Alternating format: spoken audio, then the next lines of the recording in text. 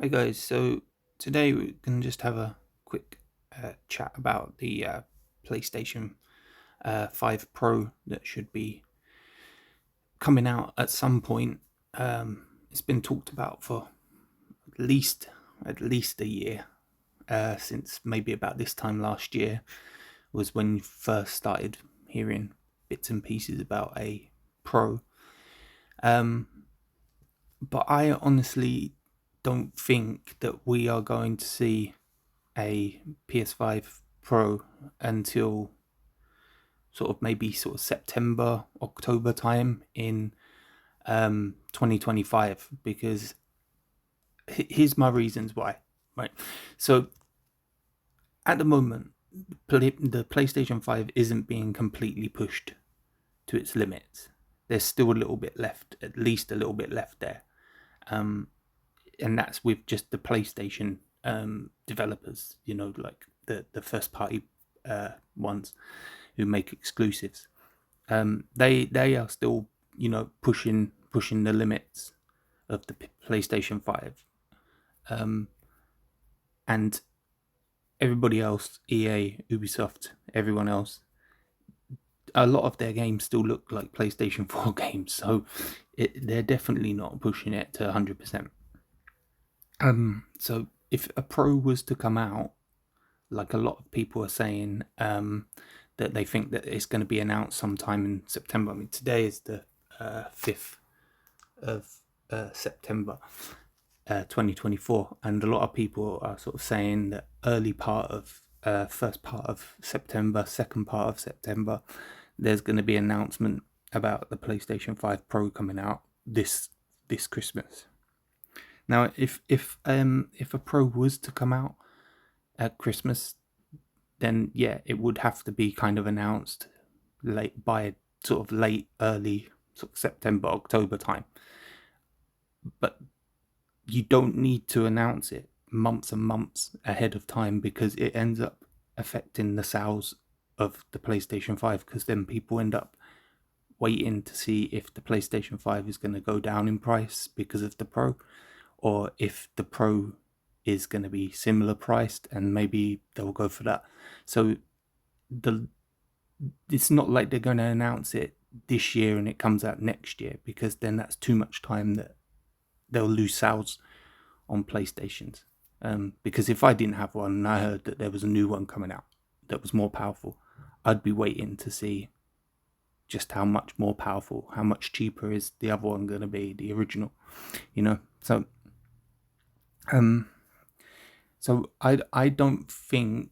I mean, it would be the right kind of time to do it. Would be like sometime in September for Christmas, because then you've only got maybe a month or so where it might affect the sales, but then the sales after that will be for Christmas sales and stuff. So it could possibly do it this year, but the problem is you've got no games that are going to be requiring the power of the PlayStation 5 Pro, unless it's going to um, magically make every single game that's already sort of out right now that much better. And to be honest, like most of the games will, if it maybe makes them run at a steady 60 frames per second or whatever, it's not going to make them look that much better if they're not even using the power of the PlayStation 5 yet, and they still look like PlayStation 4 graphics. Like, unfortunately, I have to say that about Star Wars Outlaws. I was really looking forward to it. It's a good game. It's like fun gameplay, but graphically, it's not as nice as I thought it was going to look, and it looks like a quite a good PlayStation 4 game. It's not even Last of Us 2 PlayStation 4 graphics, but yeah, like I'm just thinking that what needs to happen is either a massive multi-platform game, or a sort of a Sony first party exclusive game, like a Naughty Dog style game, either Uncharted, Last of Us, or something completely new by them, that would push like the graphics to make people want to get the Pro, because then, like, you know, they could say like this new Naughty Dog game, or even like I keep seeing now about Sony have apparently got the marketing rights and everything, like the exclusive rights to marketing for Grand Theft Auto 6, GTA 6. And if that's true, that would be the biggest multi-platform game that you could get, that's probably going to be pushing the graphics, like, you know, because it, from what you see and what you hear, it's going to be like, you know, Red Dead Redemption 2 levels of graphics, you know. So if that's the case, then, you know, that would be the game, them or Naughty Dog or someone like that, where they can say on the Pro, its default setting is 60 frames per second, 4K or whatever, and maybe like another up version of that one, which has, like, you know, like at the moment where you have performance or quality. So that becomes the default, what normally would be the sort of the quality and the performance mixed together to make one. So you're not sacrificing FPS for quality or vice versa.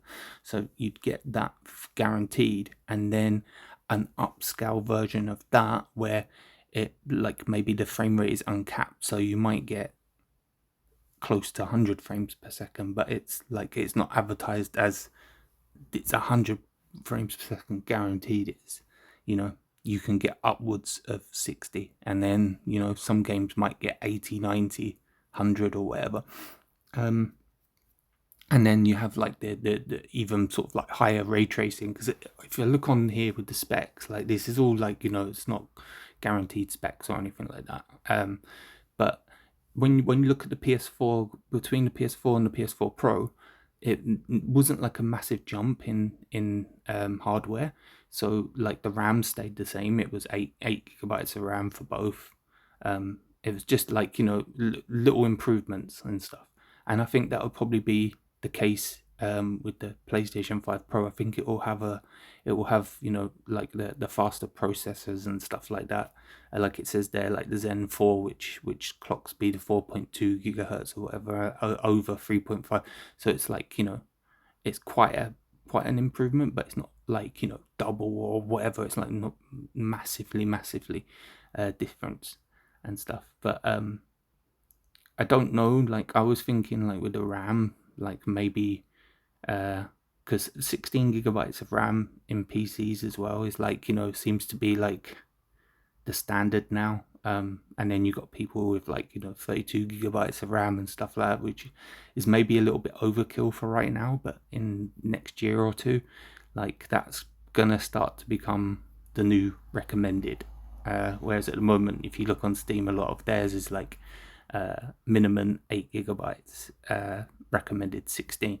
So, and that's what the PlayStation 5 has got. So if, you know, it can't be double, because there's no way it's going to have 32. That would be like PlayStation 6 would have the 32 gigabytes of RAM, I think, and that's not going to be for another, you know, 4 or 5 years. So I think, you know, where it's got like, you know, 20 gigabytes of RAM, I think, you know, that's maybe a possibility. But I think a lot of it's going to be, you know, the CPUs and the GPU and stuff like that, where it's going to have like tuning, like tuned up slightly better versions of it, and then it's going to have like the maybe like a separate RAM or something. So maybe we still have like the 16, but then there's like another 8 gigabytes of RAM, or a separate thing that processes, like, you know, these extra things like the AI accelerators and stuff, and the ray tracing hardware times 2 and stuff. So I think, you know, it's gonna maybe have those kind of improvements, and definitely the storage needs to be at least doubled. So I think that's probably correct, where it's got like, you know, like the 2 terabytes or something, either 2 or 4, or maybe like 2 versions of the Pro, like a base unit one. If they do like a disc and a discless version, then maybe the discless version has like 4 gigabytes of RAM, and the one with the disc has 2, or something like that. I don't know. But I honestly don't think that we're going to see or hear about a PlayStation 5 Pro this year. I honestly think they're going to wait. I think we would have had it maybe this year if Grand Theft Auto 6 had come out at some point this year. Maybe for this Christmas period we would have got the Pro. But there's no new Naughty Dog game yet. And I did see something a couple of weeks ago where they did say I didn't read the story completely, but it was something about like Naughty Dog skipping PS5 or something like that. But I think maybe there'll be a game that has not been announced yet or something, and it's in the works, and maybe it gets announced early next year. And between that and Grand Theft Auto 6 and one or two other games, maybe a couple of PC games that might come over or something like that, and maybe like another improved version of Cyberpunk 2077 that uses the Pro to its max or something. I think that would probably be when you need a PlayStation 5 Pro, because right now I don't think that they need to be releasing it just yet, because the PlayStation 5 is still selling well, even though it might have slowed down a bit right now. But if you start announcing there's going to be a Pro soon, or there's going to be a Pro in a few months, then that's when you're going to start finding that the sales go down even more, because then people are waiting to see what's going to happen with the Pro, like price wise and stuff. And it might be that that's why the sales have gone down recently. Even though they're still good, they might have gone down recently or this year because of people still thinking that a Pro is about to be released or announced or whatever, and they're thinking let's just hold on until maybe like next year or something, and then see what one we get then, like price wise and stuff like that. Because like I say, it's been talked about for like at least the last year. It was like late last year that I was seeing a lot of news like, oh, it's coming soon, it's about to be announced, or it's coming out when GTA 6 comes out early 2024, and then when that got pushed back to sort of like next year now or whatever, it's yeah, I just can't see it. I just can't see it being this year, because I think they need at least one or two massive games that's going to really sell the console, like that they can show off as well, that they can show the power of the PlayStation 5 Pro. So yeah, that my prediction is summertime next year, like maybe when they do like the summer of gaming or something like that, or something around that time, sort of July, August time. I think there'll be the announcement of the Pro, and then I think it'll be like late September, or very beginning, or right near the beginning of October. So late September, early October 2025 is my prediction for release. And I think the price wise it'll be a little bit more expensive than what the PS5 is right now, and I think the PS5 will probably go down in UK money by round about maybe £100 or something once the Pro comes out, and the Pro will be about £100 to £150 more than what the PS5 will be. That's my prediction anyway.